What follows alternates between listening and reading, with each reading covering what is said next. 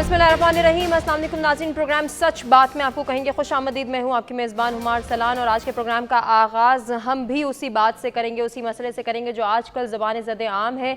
जब भी हम सोशल मीडिया को ऑन कर रहे हैं, टेलीविज़न को ऑन कर रहे हैं या फिर आम घरेलू ख़वातीन के हवाले से भी अगर बात कर ली जाए तो वो भी एक दूसरे से अगर कांटेक्ट करें तो आजकल का सिर्फ अहम मसला और हॉट इशू सिर्फ यही है कि बिजली का बिल कितना आया, बिजली के बिल को कैसे अदा किया जाएगा। इतने भारी भरकम टैक्सेस के साथ जो बिजली का बिल मौसूल हो रहा है उसको अदा करने के पैसे नहीं हैं और मुल्क भर में जहां ताजिर तंजीमों की जानिब से इस पर एहतजाज किया जा रहा है, मुजाहिरे किए जा रहे हैं, इस एहतजाजी सूरत हाल में शिद्दत भी इख्तियार की जा रही है। घरेलू सारिफीन भी परेशान हैं, मजबूर हो गए हैं कि ये बिजली का बिल कैसे अदा करें जो इतने भारी भरकम टैक्सेस के साथ हमें मौसूल हो रहा है। और अब सवाल ये पैदा हो रहा है कि अगर हमारी इनकम इतनी नहीं है तो फिर बिजली का बिल इतना ज़्यादा क्यों आ रहा है, क्यों हम जो है वो नेसेसिटीज़ के भी इस्तेमाल करते हुए कतरा रहे हैं, घबरा रहे हैं कि इसका बिल कौन अदा करेगा। बिल की अगर बात कर ली जाए तो वो यूनिट्स जो कि अगर हमें हमारी इस्तिताअत के मुताबिक हैं तो उनको किस तरह से हम इनको लिमिटाइज़ कर लिया जाए, इनको किस तरह से इस्तेमाल करते हुए हमें घबराहट महसूस ना हो। बहुत सारे ऐसे सवालात हैं जो आजकल का आम घरेलू सारिफ भी कर रहा है कि ये बिल कैसे अदा करेंगे। इसके साथ जो 13 नकाती टैक्सेस लग कर आ रहे हैं इनकी वजूहात कौन है और इनके हवाले से कौन जवाबदेह है, क्यों इतने भारी भरकम बिल हमें मौसूल हो रहे हैं। जब हम इतनी बिजली इस्तेमाल ही नहीं करें तो फिर ये टैक्सेस क्यों हमें अदा करने, और जब हम बिजली इस्तेमाल करने के पैसे दे रहे हैं तो फिर इजाफी टैक्सेस क्यों अदा करें। बहुत सारे सवालात हैं जो आज हम अपने प्रोग्राम में डिस्कस करेंगे और बाज़ लोग तो ये भी कहते हुए दिखाई दे रहे हैं कि इतनी सारी एडजस्टमेंट्स लग के जो ये बिल सामने आ रहा है तो शुक्र है हम चांद पर नहीं पहुंचे, वरना रॉकेट की फ्यूल एडजस्टमेंट भी लग के हमें बिल जो है वो मौसूल होता और वो भी हमें अदा करना पड़ता। बहुत सारी ऐसी चहमगोइयाँ हो रही हैं, बहुत सारी ऐसी बातें हो रही हैं इसी हॉट इशू को लेकर। लेकिन जानना आज के प्रोग्राम में हम ये चाहेंगे कि एक जानिब जहाँ एहतजाज हो रहा है और ये एहतजाजी सूरत हाल जो है वो शदीद होती चली जा रही है, जिसमें हम ये देख रहे हैं कि सियासी जमातों ने भी हिस्सा लेने का ऐलान कर दिया है। MQM की जानिब से भी ऐलानात हो रहे हैं, जमात इस्लामी भी इस एहतजाज में शरीक होने का कह रही है, पीपल्स पार्टी भी शिरकत करने का कह रही है, नून लीगी रहनुमाओं की जानिब से भी मुख्तलिफ सजेशंस भी आ रही हैं। बिजली के बिल कम करने के हवाले से भी बात हो रही है। अगर साबिक वज़ीर-ए-आज़म शाहिद खाकान अब्बासी की ही बात कर लें तो उनका कहना है कि हुकूमत को फौरी रिलीफ के तौर पर बिजली के बिलों में से 35% कटौती करनी चाहिए और आने वाले मौसम सरमा के 5 महीनों में कटौती की गई रकम सार्फिन तक पहुँचाएँ और आवाम को रिलीफ देने का सिर्फ यही वाहिद नुस्खा है। यानी कि जो बातें हम कर रहे हैं वो ऐवान बाला तक भी जा रही हैं और वहाँ पे भी सोच विचार हो रहा है। लेकिन ये कैसा सोच विचार है कि जिसमें फौरी रिलीफ की बात तो कहीं नज़र नहीं आ रही, लेकिन बिजली चोरी के हवाले से ऑर्डिनेंस लाने की बात हो रही है। निगरान वज़ीर आज़म की जानिब से भी यही कहा गया है कि फ़ौरी ऑर्डिनेंस लाया जाए जो कि बिजली चोरी के ख़िलाफ़ होगा। अगर हम बात करें कि सेनेट में भी सेनेट की कायमा कमेटी बराए पावर का इजलास भी हुआ जिसमें वजारत पावर डिवीज़न की जानिब से भी हुकाम ने शिरकत की है। बहुत सारी वहाँ पे भी बातें हुई हैं, बहुत सारे वहाँ पे भी इशूज़ उठे हैं बिजली के बिल के हवाले से ही।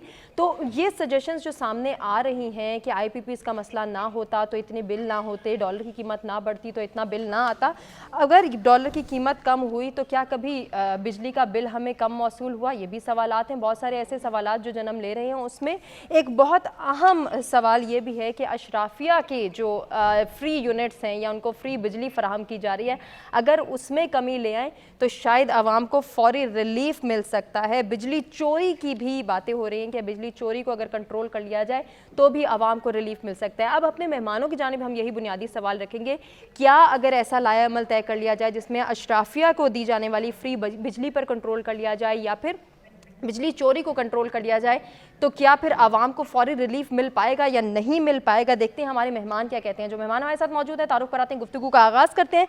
सीनियर एनालिस्ट आदिल निज़ामी हमारे साथ मौजूद है। सर खुशामदीद कहना चाहूँगी। Energy expert doctor Gulfaraz Ahmad हमारे साथ मौजूद हैं। सर आपको भी खुशामदीद कहना चाहूँगी। एनालिस्ट और एंकर पर्सन बतूल राजपूत साहिबा हमारे साथ मौजूद हैं, आपको भी प्रोग्राम में वेलकम करना चाहूँगी। आदिल, गुफ्तगू का आगाज़ मैं आपसे करना चाहूँगी, क्या लग रहा है ये जो सजेशन सामने आ रही हैं कि हुकूमत अगर बिजली चोरी पर कंट्रोल कर ले या फिर अशराफिया को दी जाने वाली फ्री बिजली को थोड़ा सा जो है रेगुलराइज कर लिया जाए, उसमें कमी कर दी जाए तो शायद आवाम को फौरी रिलीफ मिल पाए, आप क्या कहेंगे इस हवाले से? बहुत शुक्रिया। ये एक दिन का मसला नहीं है। हमने देखा कि काफी अरसे से पहले यही आवाम सड़कों पर थे क्योंकि बिजली मिलती नहीं थी, कई घंटे जो है लोड शेडिंग होती थी। खुदा करके पिछले चंद सालों में जो लोड शेडिंग है उसका खात्मा हुआ और अब ये बिल्स और ये पहली बार देखने को मिल रहा है कि लोग इस तरह से एहतजाज कर रहे हैं, लीडर लेस एहतजाज है। सियासी जमातों को मजबूरन जो है मैदान में आना पड़ा, क्योंकि इलेक्शन का आगे साल है, तो उनका जो अवामी जज्बात है उसमें हिस्सा डाल लें, लेकिन हिस्सा डाल कौन रहे हैं, ये भी अफसोसनाक सूरत हाल है कि पिछले 11 दिन पहले जो हुक्मरान थे, पाकिस्तान पीपल्स पार्टी हो, MPM हो, दीगर सियासी जमातें मुतहरिक नून हो, ये हुकूमत में थे। 11 दिन में क्या इन्होंने ऐसा हो गया कि ये भी एहतजाज कर रहे हैं और अवाम के साथ इस तरह की बातें कर रहे हैं, तो सब मिलकर ये अवाम को अहमक बना रहे हैं। हमारा इलेक्शन जो स्ट्रक्चर है, मैपको जो तकनीकल कंपनियां हैं उनका, वो है ही इसी तरह। लाइन लॉसेस है, बिजली चोरी है, हमने उस तरह से अपनी एनर्जी की जो जरूरत थी उसको पूरी करने के लिए कोशिश नहीं की। हाइडल पावर सबसे सस्ती थी, सोलर की तरफ जाना चाहिए था, उस तरफ नहीं गए। हम IPPs के जनरेटर चलाकर हम बिजली पूरी कर रहे हैं, जब इतने महंगे हमने उनके साथ एग्रीमेंट किए हैं, ऊपर से IMF की जानिब से जो प्रेशर है उसको पूरा करने के लिए ये सब कुछ हो रहा है। और अवाम जो है वो तो ना पूछें, जिस बंदे से बात कर लें 25,000 उसकी सैलरी है, 20,000 तो उसका बिल आया हुआ है, घर रेंट पे है। लोग जो है खुदकुशियां करने पर हमें मजबूर नजर आते हैं। आपने देखा कर रहे हैं, बिल्कुल कर रहे हैं। कोई शहर ऐसा नहीं है जहाँ पे एहतजाज ना हो रहा हो, कोई बंदा मसाजिद में ऐलान हो रहा है। और ये मैं फर्स्ट टाइम देख रहा हूँ कि इस तरह से लोग अपने तय सियासी जमातों से हटकर एहतजाज कर रहे हैं अपने लिए। तो ये मुझे लग रहा है कि हुकूमत को पीछे हटना पड़ेगा, लेकिन जो कल इस बारे से फैसला होगा, लेकिन फैसला भी अभी हमें पता चल गया क्या होगा कि अवाम जो है, गरीब अवाम किस्तें करवा लें जी, मरहलावार बिल दे दें। तो पैसे तो उन्होंने उतने ही देने हैं जिसका 50,000 बिल आ गया, अगर आप उसको 15,000 की 20,000 की किस्त भी करती है, देनी तो उसमें है, और अगले माह का बिल। मुजफ्फर भाई, आदिल आपका पॉइंट आ गया है, कंटिन्यू करना चाहेंगे, दीगर गेस्ट के जानिब बढ़ना चाहेंगे। डॉक्टर गुलफराज साहब, आपसे मेरा सवाल यही होगा कि क्यों इतने भारी भरकम बिजली के बिल हमें मौसूल हो रहे हैं? इससे कबल भी डॉलर की कीमत बढ़ी थी, अगर कसूरवार डॉलर की कीमत है तो फिर जब डॉलर की कीमत नीचे आती है तो बिजली का बिल कम क्यों नहीं मौसूल होता? बहुत सारे सवालात हैं जो मैं आपके सामने रखना चाहती हूँ, लेकिन वक्त मुख्तसर है, तो मैं आपसे ये जानना चाहूँगी क्या आवाम को फौरी रिलीफ देने का कोई सजेशन आपके पास होगा? देखिए जी, मेरे ख्याल में इस वक्त पाकिस्तान की इकॉनमी की और उसमें बिलखसूस यूटिलिटीज के जो बिल्स हैं वो इतने ज्यादा बढ़ चुके हैं कि मुझे इम्कान नजर नहीं आता कि हम किस तरीके से यूटिलिटी के बिल को कम कर सकते हैं। ये भी मैं आपको बता दूं, जब भी यूटिलिटीज के बिल ऊपर चढ़ते हैं, या बिजली हो या गैस हो, उतनी ज्यादा उसी तनासब से बिजली की चोरी और गैस की चोरी भी बढ़ती है, क्योंकि इतनी ज्यादा लोगों को जरूरत भी पड़ती है और मोटिवेशन भी होती है। तो इस वक्त जैसे आपने कहा कि क्या हम बिजली की या गैस की चोरी के ऊपर कोई काबू पा लें, अगर ये हुकूमत बिजली की चोरी और गैस की चोरी के ऊपर इस मखसूस मुद्दत में 3 माह में ये चोरी को कंट्रोल कर सकती है, इनको बहुत बड़ा क्रेडिट मिलेगा। लेकिन मेरे ख्याल में जितनी बिजली बढ़ेगी उतनी ज्यादा लोग अदा करने की बंद कर देंगे। डॉक्टर साहब, माजरत के साथ, बिजली की चोरी तो अजल से एक बड़ा मसला है, फिर अब इस पर इतना शोर क्यों हो रहा है जब कीमतें बढ़ी हैं? क्या इस पर पहले नहीं काबू पाया जा सकता? अभी ये है कि जो लोग बिजली की बिल अदा कर रहे थे, जी, अब वो बंद करने पर आ रहे हैं, इसीलिए वो उससे पहले एहतजाज कर रहे हैं कि अब उनकी पावर से ये बिजली और गैस की कीमतें बढ़ जाएंगी।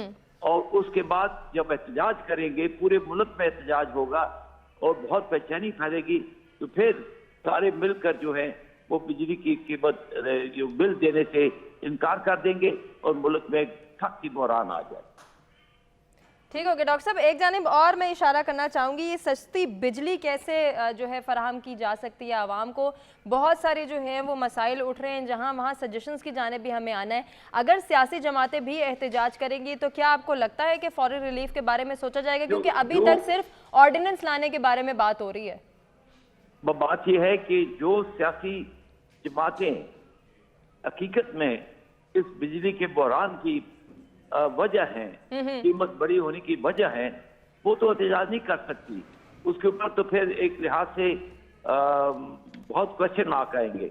पहली दूसरी मैं बात करूं कि इस वक्त चूंकि पाकिस्तान IMF के प्रोग्राम में है और IMF को पाकिस्तान की मईशत के ऊपर बहुत ज्यादा सवालिया निशान है, उनको अपने जो उन्होंने लोन आपको दिया है उसको फिड्यूशियरी रिस्क, यानी उस रिस्क के ऊपर उनको बहुत खतरा है, और इसलिए वो बिल्कुल आपको कोई जरा सी भी फ्लेक्सिबिलिटी नहीं देंगे कि उनके लोन के अमाउंट को खतरा हो और वो आपके ऊपर ज्यादा से ज्यादा बोझ डालते रहें।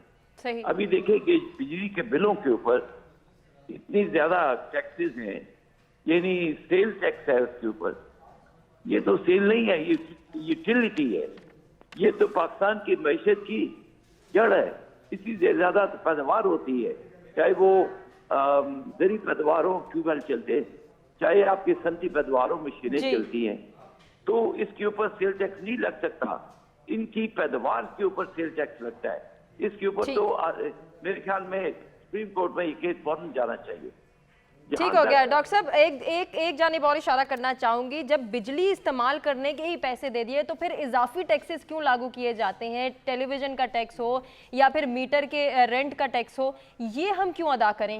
ये देखिए ना, ये हुकूमत जब देखती है कि वो बिजली के बिल वसूल नहीं कर पा रही, शॉर्टफॉल हो रहा है, तो फिर मईशत को बरकरार रखने के लिए इजाफी टैक्स लगाती है, जो बिल्कुल सही नहीं है।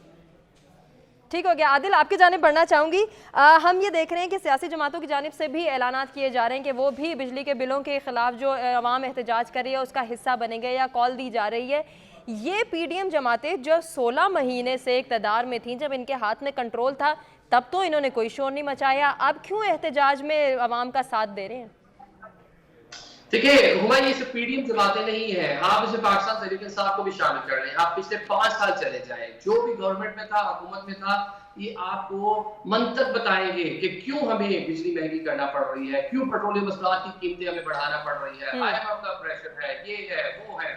लेकिन जैसे हुकूमत से बाहर निकलते हैं, सिर्फ ये पीडीएम जमातों से खसूसन ये सवाल है मेरा कि आप बताएं कि 12 दिन पहले तक आप हुकूमत में थे, वफाकी काबीना में थी ये जमातें सारी, और आज ये सड़कों पर एहतजाज कर रही है। इन 12 दिनों में क्या सिर्फ बिजली महंगी हुई है? पहले यही हुकूमत की, यही वफाकी काबीना की भी मंजूरी देती थी बिजली की जो कीमतें उसको बढ़ाने की, पेट्रोलियम मसनूआत की कीमतें बढ़ाने की, डॉलर कंट्रोल नहीं कर पाए। अब जो इंटरम सेटअप आया वो तो 12 दिन उसकी सिर्फ अभी उम्र है, वो तो उस तरह से एक्सपर्ट लोग नहीं है, उनका असल काम भी सिर्फ इलेक्शन करवाना था। और ये भी अलमिया है कि इलेक्शन की तरफ अभी मामला जाते हमें ताखीर का शिकार दिखाई दे रहे हैं। जो मेन काम था, मेन फोकस था, उससे हटकर जो है चीजें चलाने की कोशिश की जा रही है। ठीक हो गया आदिल, आपका पॉइंट आ गया। बतूल भी हमारे साथ है, मैं उनको भी शामिल गुफ्तगू करना चाहूंगी। बतूल, जिस तरह से हमारा बुनियादी सवाल यही है कि अगर बिजली चोरी पर कंट्रोल कर लिया जाए या फ्री बिजली जो अशराफिया यूज कर रहे हैं उसको कंट्रोल कर लिया जाए तो शायद आवाम को रिलीफ मिल पाए। क्या ऐसा हो पाएगा कि कोई लाएअमल तय कर लिया जाए? देखिए, जितनी जल्दी में इन्होंने इजलास बुलाया उतनी जल्दी उनके पास सोल्यूशन नहीं है। संडे को इजलास बुला लिया, लेकिन संडे को प्रपोज तो कर नहीं सके। तो मुतल्लिका इदारे हैं, उनसे इन्होंने सिर्फ ब्रीफिंग ली है और इनके पास कोई सोल्यूशन नहीं है। और इमोशंस में आके ये कह देना कि मेरा एसी बंद कर, साबिका वज़ीर कहते थे कि मेरी अपनी आवाज ही शायद कानों में सुनाई दे रही है। नहीं, हमें आपकी आवाज क्लियर है, फरमाइएगा। लेकिन ये कि जो हमारे वज़ीर आज़म साहब हैं वो जज्बाती बयान जितना भी देते हैं, मेरा एसी बंद कर दें या फलां का एसी बंद कर दें, इससे कुछ होगा नहीं। बाकायदा स्ट्रेटजी की जरूरत है। हमारे मुल्क के अंदर कुछ पैसे इमरजेंसी फंड की मद में होते हैं, वो भी 2-3 जगह के 2-3 कैटेगरी के होते हैं। हुकूमत के चाहिए कि बजाय के वो IMF की तरफ देखिए, क्योंकि ऑलरेडी तकरीबन 1 साल गुजर गया कि IMF आपको किस तरह का रिलीफ दे सकता है नहीं, बजाय को उसको दोबारा रीअप्रोच करना। जैसा खुफाज आसिफ ने कहा, आपके अपने मुल्क में जो इमरजेंसी फंड है उन्हीं में देखिए आप किस तरह से पैसे मैनेज कर सकते हैं। दूसरी बात ये कि आपकी जो अशराफिया, आपकी जागीरदार है, आपकी ब्यूरोक्रेसी, आपकी सरकारी अफसरान है, वो तकरीबन सालाना $17 बिलियन की यूनाइटेड नेशंस की रिपोर्ट के मुताबिक सिर्फ उनका इजाफी खर्च आता है। वो क्यों आता है? आपका जो हाई कोर्ट का जज है वो मुफ्त बिजली, मुफ्त घर, मुफ्त गाड़ी, मुफ्त पेट्रोल, और उसके बाद भी उसको 65,000 रुपीज मिल रहे हैं। क्यों मिल रहे हैं? इन लोगों को इतने मराद क्यों मिल रही है? और जिस वक्त गवर्नमेंट ने IMF के साथ बात की थी और अपना बजट पेश किया था 2 दफा, तो दोनों दफा IMF ने कहा था कि आप अपनी हुकूमत का एक्सपेंडिचर कम करें। तो हमारे मुल्क में कोई एक्सपेंडिचर कम करने को तैयार नहीं है, कोई अपनी आपका पेट काटने को तैयार नहीं है। सब जो भी हुकूमतें आती हैं उनको यही सोल्यूशन नजर आता है कि आप देखिए लोअर मिडिल क्लास और मिडिल क्लास पे आप कितना बोझ डाल सकते हैं। इवन जो इस वक्त मैंने अपने प्रोग्राम में भी कोट किया था कि जो पाकिस्तान की वर्किंग क्लास है, जो तनख्वाहदार तबका है, वो 200% जायद टैक्स देता है। बिल्कुल ऐसे ही 200% जायद टैक्स देता है। मेरे और आप जैसे लोग, हम लोग पिछले साल से भी 40% ज्यादा टैक्स दे रहे हैं। और जो हमारे रिटेलर्स और एक्सपोर्टर्स हैं वो इतने पैसे नहीं देते, बिल्कुल इतना टैक्स नहीं देते जितना हम टैक्स देते हैं। 500 बिलियन की तो आपके यहाँ सालाना बिजली चोरी हो जाती है। ऐसे और ही। जो ख्वाजा आसिफ साहब इतनी लंबी लंबी ट्वीट कर रहे हैं कि सूबों से पैसे नहीं आते, सरप्लस नहीं आता, तो जब आप 16 माह काम करें तो सारे आइडियाज सब किधर थे? अभी सब पीपल्स पार्टी डेफिनेटली बिजली तो उस वक्त भी चोरी हो रही थी, उस वक्त क्यों नहीं कंट्रोल किया गया? आपका भी पॉइंट आ गया। जरा पब्लिक पोल की भी जल्दी से बात कर लेते हैं। क्या हुकूमत को बिजली चोरी के साथ फिल फॉर अशराफिया को दी जाने वाली फ्री बिजली के हवाले से भी लाया अमल तय करना चाहिए? 91% यही डिमांड कर रहे हैं, जबकि 9% इसकी नफी कर रहे हैं। नाज़रीन, हम एक ब्रेक की जानिब बढ़ें। Stay with us.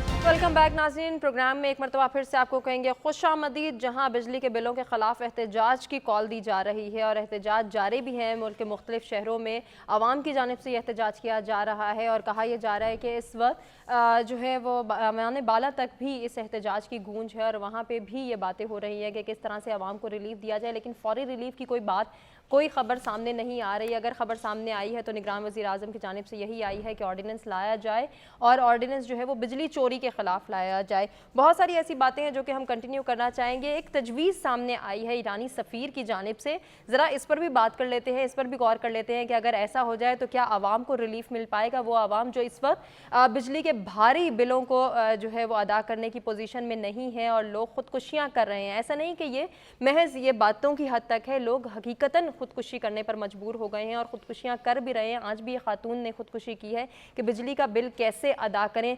बहुत सारी ऐसी खबरें यकीनन हम सब के सामने हैं, सोशल मीडिया पे भी गर्दिश कर रही हैं, इलेक्ट्रॉनिक मीडिया पे भी गर्दिश कर रही हैं। आखिर इसका हल क्या है? जब हम सजेशंस की जानिब आते हैं, सोल्यूशंस की जानिब आते हैं, हल तलाश करने की जानिब आते हैं, तो ईरानी सफ़ीर का एक बयान सामने आया है जो कि उन्होंने एक इशाइये के मौके पर, एक डिनर के मौके पर दिया है कि हम पाकिस्तान को सस्ती गैस, बिजली और तेल फराहम करने की पोजीशन में है।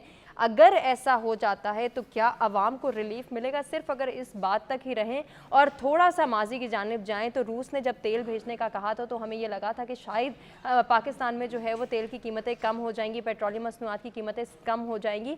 लेकिन ये क्या कि जैसे जैसे रूस से तेल आना शुरू हुआ, एक तैयार आया, दूसरा तैयार आया, यहाँ पे हमारे यहाँ जो है वो पेट्रोलियम मसनूआत की कीमतों को भी जैसे पर लग गए। एक जानिब जब डॉलर की कीमतों की जानिब जाते हैं तो कहा यह जाता है कि डॉलर की प्राइसेस बढ़ रही हैं और बैरून मुल्क भी इसी तरह के मसाइल हैं। पूरी ग्लोबल इशू है ये इस वक्त पेट्रोलियम मसनूआत की कीमतें बढ़ जाना। लेकिन अगर रिलीफ देने की पोजीशन में कोई मुल्क हमें ऑफ़र कर रहा है और अगर हम ये ऑफ़र कबूल कर लेते हैं तो क्या हमें रिलीफ मिल पाएगा या नहीं, ये सवाल अब हम अपने मेहमानों की जानिब बढ़ाएंगे। आदिल, आपसे ही गुफ्तगू का आगाज़ करना चाहूँगी। ईरानी सफ़ीर ये कह रहे हैं कि पाकिस्तान को सस्ती गैस, तेल और बिजली फराहम करने की पोजीशन में है। क्या हुकूमत को ईरानी सफ़ीर की ये पेशकश कबूल कर लेनी चाहिए? देखिए, ये तो फौरन से पहले आंखें बंद कर इसको जो है कबूल करना चाहिए। आप देखिए, ये अभी की बात नहीं, हमारी बदकिस्मती है कि अहमदी नजाद ईरानियन जो है प्रेसिडेंट थे और यहाँ पर जरदारी साहब प्रेसिडेंट थे और ये पाक ईरान गैस पाइपलाइन जो है उसका मंसूबे का संग बुनियाद रखा था। गैस पाइपलाइन जो है वो डल चुकी है, सिर्फ आपने उसको चालू करना है। अभी जो गुज़िश्ता हुकूमत थी, पीडीएम हुकूमत, इसने भी सवाल से पेशरफ की, लेकिन आलमी प्रेशर एक हम इतना लेते हैं। देखिए, आप ये डू एंड डाई की सिचुएशन में ईस्टर्न पाकिस्तान, गरीब जो है वो मर रहा है, एनर्जी क्राइसिस, आपका इकोनॉमी आपकी बिल्कुल कोलैप्स कर चुकी है। अब आपने अपने सर्वाइवल को देखना है। आपको जहां से भी कुछ मिलता है, इवन आपको ईरान से मिलता है, आपको अफगानिस्तान है, बल्कि जो गैस पाइपलाइन है ये तो इंडिया तक लेके जाने का मंसूबा था। दीगर कंट्रीज को, सेंट्रल एशियन कंट्रीज को इसमें शामिल करना था। अभी वहां से गैस एलएनजी के बाउजर पाकिस्तान आ रहा है, ताजिकिस्तान से, अजरबैजान से। तो अगर ये गैस पाइपलाइन होगी तो ये रीजन उठेगा, हमारी एनर्जी के जो मसाइल हैं वो पूरे होंगे। दुनिया भर में हम देख रहे हैं रीजनल कनेक्टिविटी है, हमसाया मुल्क एक दूसरे की मदद करते हैं, कंफ्लिक्ट बुलाने होंगे, उनको पीछे करना होगा। बल्कि ये जो गैस पाइपलाइन है उसमें भारत को भी शामिल करें। हमसाया मुल्क है, वो भी तरक्की करें, हम भी तरक्की करें और बड़ी अच्छी पेशकश। अच्छा आदिल, जिस तरह आप बात करें कि फौरी ये पेशकश कबूल कर लेनी चाहिए, यहाँ एक सवाल ये भी रेज होता है, क्या IMF को ये बात कबूल होगी? प्रेशर, अब देखिए जरदारी साहब वहां पर गए पाक ईरान बॉर्डर पर। मुझे आज भी याद आ रहा है, महरीन अनवर राजा पाकिस्तान की मिनिस्टर थी उस टाइम, कैबिनेट का हिस्सा थी, जब वो आपदीदा हो गई थी वहां पर, जब इनॉग्रेशन हो रही थी, इतना हिस्टोरिकल मोमेंट था कि हमारे मसाइल हल होने जा रहे थे। लेकिन बाद में हम सस्टेन नहीं कर पाए।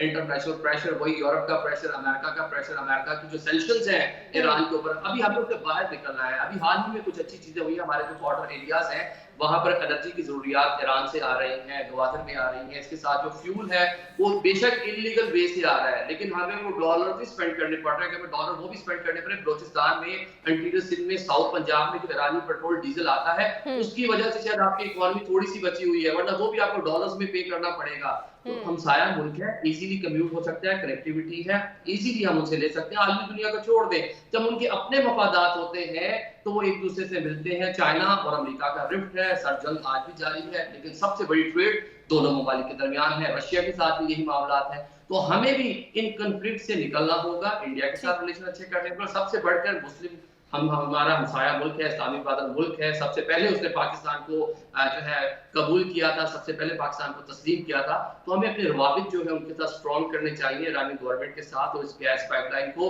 जल्द अज जल्द मुकम्मल करें, उसकी कनेक्टिविटी इंडिया तक लेके जाएं, सेंट्रल एशियन कंट्रीज को इसमें शामिल करें। तो मेरे ख्याल से यही ओनली वे है हमारे पास सर्वाइवल का। ठीक हो गया आदिल, आपका पॉइंट आ गया है, इसी को कंटिन्यू करना चाहेंगे। डॉक्टर साहब आपकी जाने बढ़ेंगे। आज पहले तो यही सवाल मैं आपके सामने भी रखना चाहूंगी, क्या हुकूमत को ये फॉर जो पेशकश ईरानी सफ़ीर की जानिब से आई है ये कबूल कर लेनी चाहिए या नहीं, और क्या ये पेशकश कबूल करने के बाद अवाम को कोई रिलीफ मिल पाएगा? देखिए जी, अगर हकीकत में हम बाहर की तरफ देखें, बाहर के मुल्कों की तरफ देखें, तो वाकई एक ही मुल्क है जो आपका हमसाया है, जिसके पास तेल भी है, जिसके पास गैस भी है, और अगर आपको बेल आउट करना चाहें तो वो कर सकते हैं। लेकिन बेल आउट उसी वक्त करेंगे जब आपकी पॉलिसी टुवर्ड्स ईरान जो है वो उनको भी काबिल कबूल हो जाए। यानी हम अगर अमेरिका के दबाव में रहकर ईरान के खिलाफ पॉलिसी को बर्दाश्त करेंगे या अपनाएंगे, तो वो आपको लाजमी तौर पर वो आपको एक ही जो मदद की मौका है वो नहीं मिलेगा।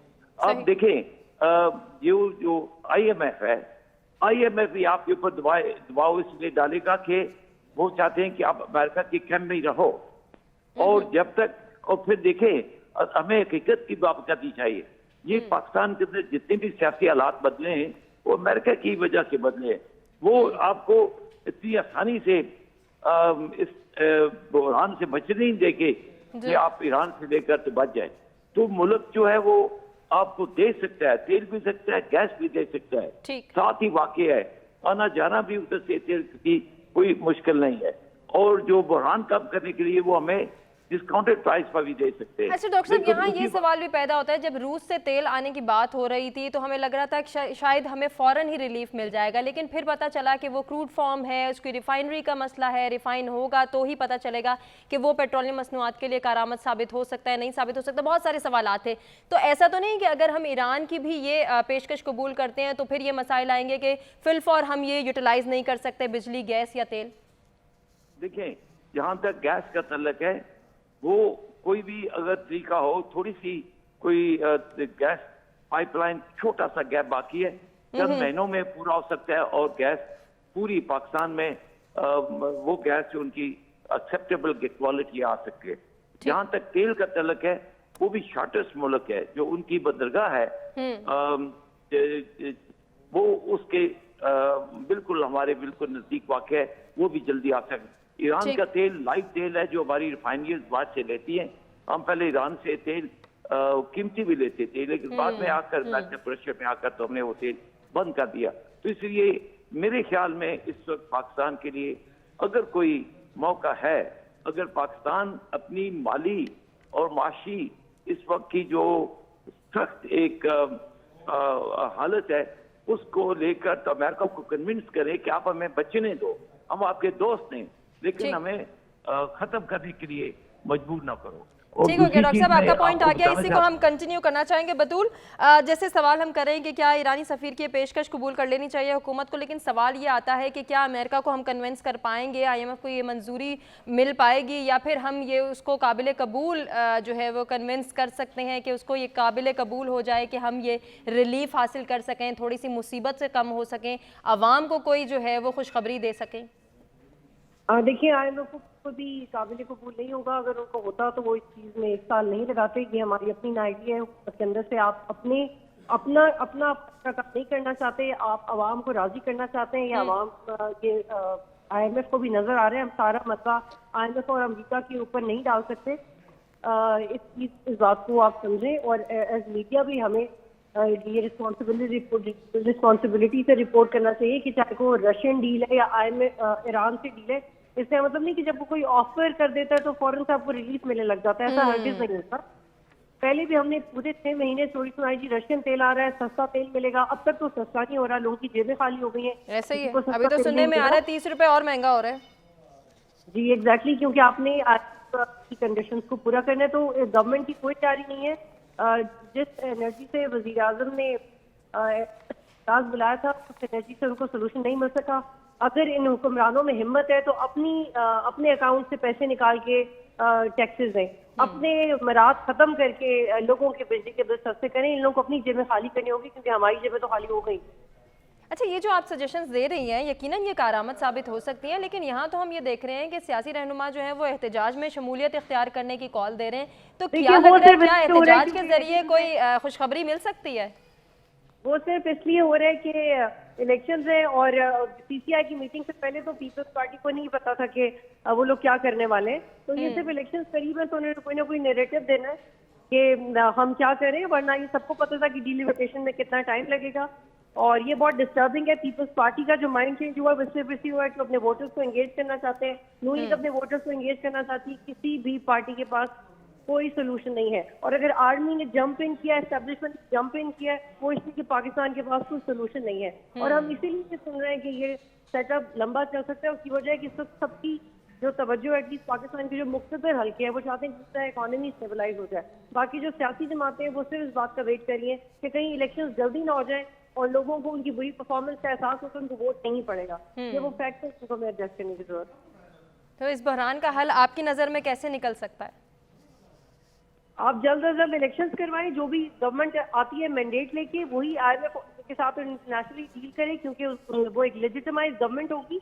और एस्टेब्लिशमेंट और बाकी इदारों को चाहिए कि वो इलेक्शंस होने दें, इलेक्शंस करवाएं और मुल्क को एक नॉर्मल रूटीन में लेके जाए। उसके बाद अंदरूनी इंक्लूसिव भी आप इकदाम करें और IMF से जान छुड़वाने की कोशिश करें। ये तब तक नहीं हो सकता जब तक आप अपनी पॉलिसीज नहीं बनाएंगे और इलेक्शन नहीं करवाएंगे। ठीक हो गया बैतूल, आपका पॉइंट आ गया है। पब्लिक पोल की भी बात कर लेते हैं। क्या हुकूमत को ईरानी सफीर की पेशकश कबूल कर लेनी चाहिए? 97% यही कहते हैं कि जी हाँ, ये पेशकश कबूल कर लेनी चाहिए, जबकि 3% इसकी नफी कर रहे हैं। नाज़रीन, ब्रेक की जानिब बढ़ें, स्टे विद अस।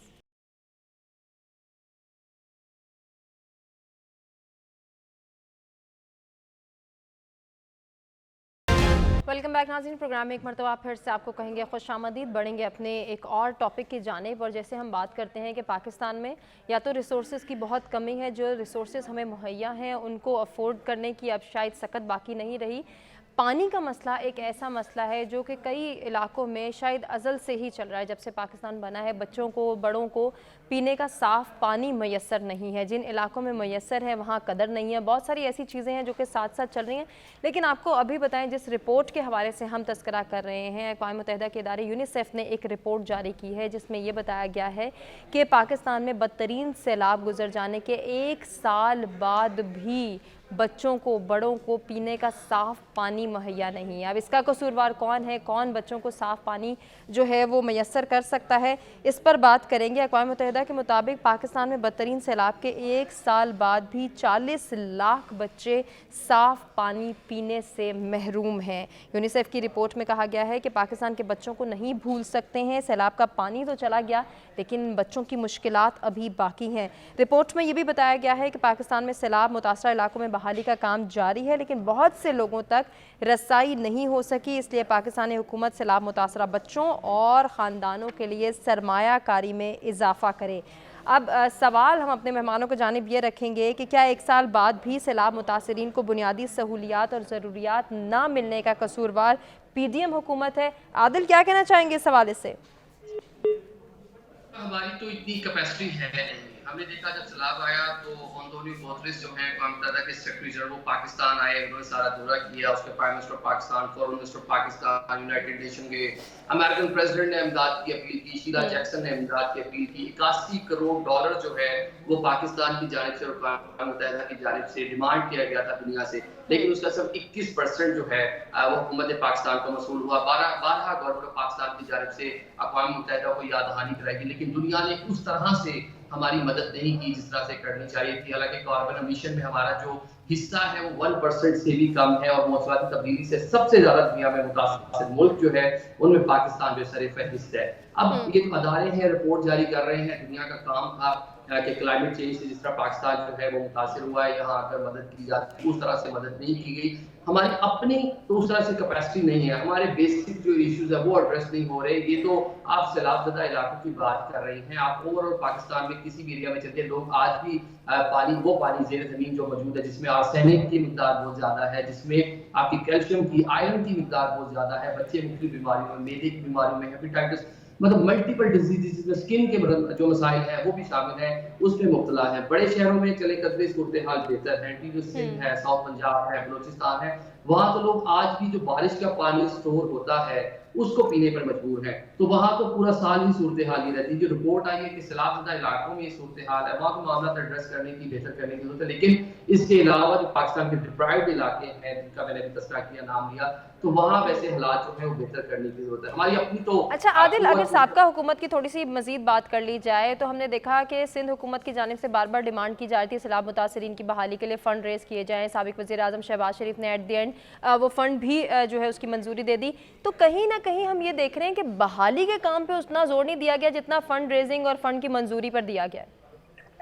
देखिए हमारे पास तो उस तरह से ना कैपेसिटी है। हर साल हम देखते हैं कि पिछले चंद सालों में, पिछले 2 दहाइयों में कितने फ्लड्स हमने जो है वो देखे।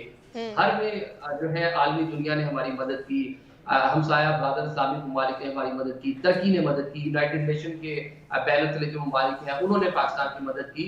पैसा आया तो यहाँ आकर कुछ हालात बेहतर हुए, लेकिन इस बार को जो वादे किए गए थे साबिक़ वज़ीर आज़म या शहबाज शरीफ थे, साबिक़ वज़ीर ख़ारजा जो बिलावल भुट्टो हैं वो बड़े मुतहरिक रहे, लेकिन पैसे ही किसी ने नहीं दिए, तो उसने फंड्स थे ही नहीं कि लोगों की जो बहाली है वो उस तरह से की जाती। मैंने जैसे पहले कहा अपनी जाती तो हमारी कैपेसिटी आपके सामने कि $1 बिलियन भी लेने के लिए हमें कितनी जो है मुश्किलात का सामना करना पड़ता है, कितनी हमें मिलते, आपको ये वर्ड भी गलत नहीं होगा, दुनिया की करनी पड़ती है, गारंटीज दी जाती हैं। हम देखते हैं कि IMF ने हमारे साथ जो है प्रोग्राम करना है तो सऊदीया की, UAE की, चाइना की गारंटी हमें दरकार है, अमेरिका की अप्रूवल दरकार है, तो हमारे तो हालात यहाँ तक पहुंच चुके हैं। तो ये मसाइल, ये जो बाकी अभी बतूल राजपूत साहिबा जिस तरह बात कर रही थी, फरमा रही थी कि इलेक्शन नहीं हो, प्लीज खुदारा जो गवर्नमेंट आए उसको चले दें, उसको 5 साल पूरे करने दें, इलेक्शन तो हो जाएंगे। हम देख रहे हैं अगली है हमारा 2008 से कि जो गवर्नमेंट आती है पहले गवर्नमेंट अगर अपनी टर्म पूरी करे तो शायद उन्हें मौका मिले कि वो काम कर सकें। आदिल आपका पॉइंट आगे, डॉक्टर साहब आपकी जानिब बढ़ना चाहेंगे।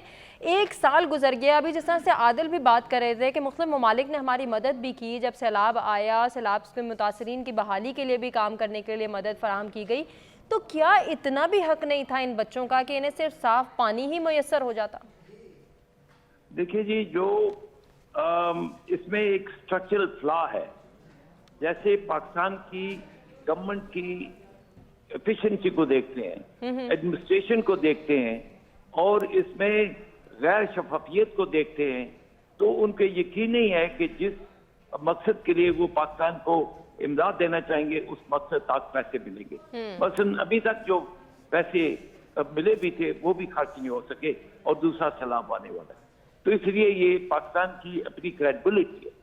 मैं एक और पॉइंट बताना चाहूँ कि एक पॉइंट है जिससे अवाम को थोड़ी सी बिजली के मद से मदद मिल सकती है, वो ये है कि अगर गवर्नमेंट तमाम लोगों को जो अपने सोलर रूफटॉप सोलर लगाना चाहे उसको अगर सस्ते कर्जे देकर उनको गारंटी कर दें और फिर जैसे ही हर महीने में उनका बिल बचता है तो वही बिल वाली शिकायत जो है किस्त जो है वो बैंक में जमा करा दें, तो अवाम को तो शायद इस तरीके से लॉन्ग रन में 6 महीने साल में कुछ बचत हो जाए।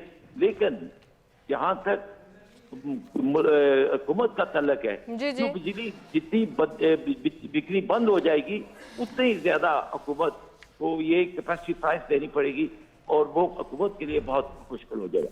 दूसरी चीज ये है कि अगर इस वक्त पाकिस्तान के अंदर कोई क्रेडिबल ताकत है जिन्होंने अमेरिका के तमाम ख्वाहिशात को पाया तकमील तक पहुंचाया, वो ही है जो अमेरिका के साथ डील करे। उसके अलावा कोई हुकूमत, कोई और अदारा अमेरिका के साथ डील नहीं कर सकता। उनके हमें नहीं पता कि अमेरिका के इरादे क्या हैं, किस तरीके से पाकिस्तान को वो इस वक्त कंप्रेशन में डाल रहे हैं। डॉक्टर साहब, लेकिन बात जहां बच्चों की आ रही है, जहां बच्चों के सैलाब मुतासरीन की बहाली की आ रही है, वहां तो इक़दामात हुकूमत का एक जिम्मेदारी है ना? जी बिल्कुल, हुकूमत की जिम्मेदारी है। ये मैं बताना चाहूँ आपको कि ये सारी हुकूमतें हैं, अगर इस वक्त कोई आला सतह की, पाकिस्तान में पता नहीं कौन सी सतह आला होगी, चाहे वो जुडिशियल इंक्वायरी हो, बहुत क्रेडिबल इंक्वायरी हो, उसमें सारी हुकूमतें भी जवाबदेह हों और वो अदारे भी जवाबदेह हैं जो पाकिस्तान को डिटेल करने के जिम्मेवार हैं। ठीक हो गया डॉक्टर साहब, आपका पॉइंट आ गया। बतूल, आपकी जाने बढ़ना चाहेंगे। जिस रिपोर्ट का हम तस्करा कर रहे हैं उसमें यह भी कहा गया है कि पाकिस्तानी हुकूमत सैलाब मुतासरीन की जो है वो बहाली के लिए सरमायाकारी में इजाफा करे। क्या लगता है आपको, पाकिस्तानी हुकूमत इस पोजीशन में है कि वो सैलाब मुतासरीन की बहाली के लिए मजीद सरमायाकारी जो है वो कर पाएगी या इजाफा कर पाएगी सरमाए में? जी देखिए, जब लास्ट टाइम भी IMF की तरफ से पूछा गया था कि आप रिहेबिलिटेशन का प्रोसेस जो कर रहे हैं उसमें ट्रांसपेरेंसी आपने कितनी मेंटेन की है, तो इसाक डार साहब को बहुत बुरा लगा था। लेकिन इसाक डार साहब ये भूल गए हैं कि हमारी जितनी भी एक्सटर्नल फाइनेंसिंग होती है वो तब तक नहीं हो सकती जब तक IMF एतमाद में ना हो। इवन फ्लड्स के लिए भी जब घंटों में आपके लिए बिलियंस रुपए जमा हो गए थे, तो अगर वो इंटरनेशनल बरादरी ने दिए थे तो इंटरनेशनल बरादरी अगर सवाल भी करी कि आपने पैसे कैसे खर्च किए, तो उनका हक बनता है, इसे बुरा मनाने की बात नहीं की, तो कंसर्न तबके हैं। और अभी भी आप देखें तो रिहेबिलिटेशन का प्रोसेस तो बहुत स्लो है। ये ऑलरेडी पहले भी हमारे जो 10 साल के बदतरीन फ्लड्स थे और वो अनएक्सपेक्टेड थे, 500% ज़ायद बारिशें, उसकी गवर्नमेंट की कोई तैयारी नहीं थी। लेकिन इसमें कोई दो राय नहीं है कि छोटे लेवल पे इसमें इतनी करप्शन होती है। बल्कि अगर आपको याद होगा कि जो आटे की बोरियां थी इमदाद की मद में, वो भी सियासतदानों के हलकों में बांटी जा रही थी, जिसकी तस्वीर थी सोशल मीडिया पर वही वायरल हुई थी। तो चूंकि इस तमाम प्रोसेस में शफाफियत नहीं है, तो इस रिहेबिलिटेशन का प्रोसेस भी तेजी से नहीं हो सकता। तो क्या लगता है आपको, साबका हुकूमत ने सैलाब मुतासरीन की बहाली के लिए अमली तौर पर कोई काम किया भी है या नहीं? क्योंकि अभी जब हम बात करें पानी की, तो सिर्फ पानी भी मैसर नहीं, तो बाकी क्या सहूलियात दी जाएंगी? देखिए, तकरीबन आपको ओवरऑल 80 बिलियन की जरूरत थी आपको, और जो कि आपको किसी तरह इकट्ठे हो गए थे। लेकिन उनका जो खर्च होना है उसकी ट्रांसपेरेंसी क्वेश्चनेबल है। अगर वो इतना ट्रांसपेरेंट होते और लोग रिहेबिलिटेट हो गए होते तो दोबारा कंसर्न ना आ रहे होते कि ये दोबारा सैलाब आने वाले हैं, तो लोग क्या एडजस्ट हो गए हैं नहीं। जो KPK में फ्लड्स आए थे, जो बलूचिस्तान में फ्लड्स आए थे, लोग तो अभी तक सफर कर रहे हैं। हाँ, कुछ NGOs ने छोटे पैमाने पर जरूर काम किया, लेकिन गवर्नमेंट ने कोई ऐसा काम नहीं किया जिसको सराहा जा सके मेरे मुताबिक। अच्छा, जिस तरह से अभी हम बात कर रहे थे, तो आदिल ने भी ये बात की कि मुख्तलिफ ममालिक ने भी हमारी इमदाद की और इन बच्चों की या इन मुतासरीन की बहाली के लिए उन्होंने भी फंड्स रेज किए। तो फिर इन तक जो है वो बुनियादी सहूलियात क्यों नहीं दी गई? क्या समझती हैं इसका जिम्मेदार PDM है? जी बिल्कुल, देखिए मैं आपसे कह रही हूँ ना कि जब पैसे आ जाते हैं तो वो किस तरह से ट्रिकल डाउन होकर लोगों तक पहुँचेंगे, ये सवालिया निशान है। जहाँ पे पाकिस्तान आर्मी पहुँच गई या जहाँ पे कुछ ताकतवर लोग पहुँच गए या बड़ी NGOs पहुँच गई, वहाँ पे तो लोगों को कुछ इमीडिएट रिलीफ मिल भी गया। लेकिन कुछ ऐसे दूर दराज इलाके थे जहाँ पे आप लोग एक बाकायदा रिसोर्स के बगैर नहीं पहुँच सकते थे। तो वो चूंकि एड्रेस नहीं हुए हैं, और ये इसमें हम सिर्फ हुकूमत को ही कसूरवार नहीं ठहरा सकते। ये बहुत बड़े पैमाने पे तबाही हुई थी। इसकी NDMA और जो प्रोविंशियल लेवल के डिजास्टर मैनेजमेंट इदारे होते हैं उन सबकी कोऑर्डिनेशन से होना चाहिए था। लेकिन ये इसलिए नहीं हो सका क्योंकि बहुत सारी चीज़ें इंसानी ताकत से बाहर थी। लेकिन अगर हम प्रायर होमवर्क करें, फॉर एग्जाम्पल दरियाओं के रस्तों पे घर न बनाएं, इंफोर्समेंट नहीं करें, नालों के रस्ते बंद नहीं करें, तो जरूर बचा जा सकता था मेरा ख्याल है। क्योंकि उस पर तवज्जो अभी तक नहीं दी गई, तो इसमें कोई दो राय नहीं कि आने वाले सैलाब पे ज़्यादा तबाही। बिल्कुल ऐसा ही है। बतूल, आपका भी पॉइंट आ गया है। ज़रा पब्लिक पोल की बात कर लेते हैं। क्या 1 साल बाद भी सैलाब मुतासरीन को बुनियादी ज़रूरियात ना मिलने का जिम्मेदार PDM हुकूमत है? 81% का यही मानना है जी हाँ, जबकि 19% इसकी नफ़ी कर रहे हैं। अपने तमाम मेहमानों का शुक्रिया अदा करना चाहेंगे जिन्होंने अपने कीमती वक्त और कीमती तजिए से आगाह किया। और नाज़रीन, आपसे इजाज़त लेंगे। अल्लाह निगहबान।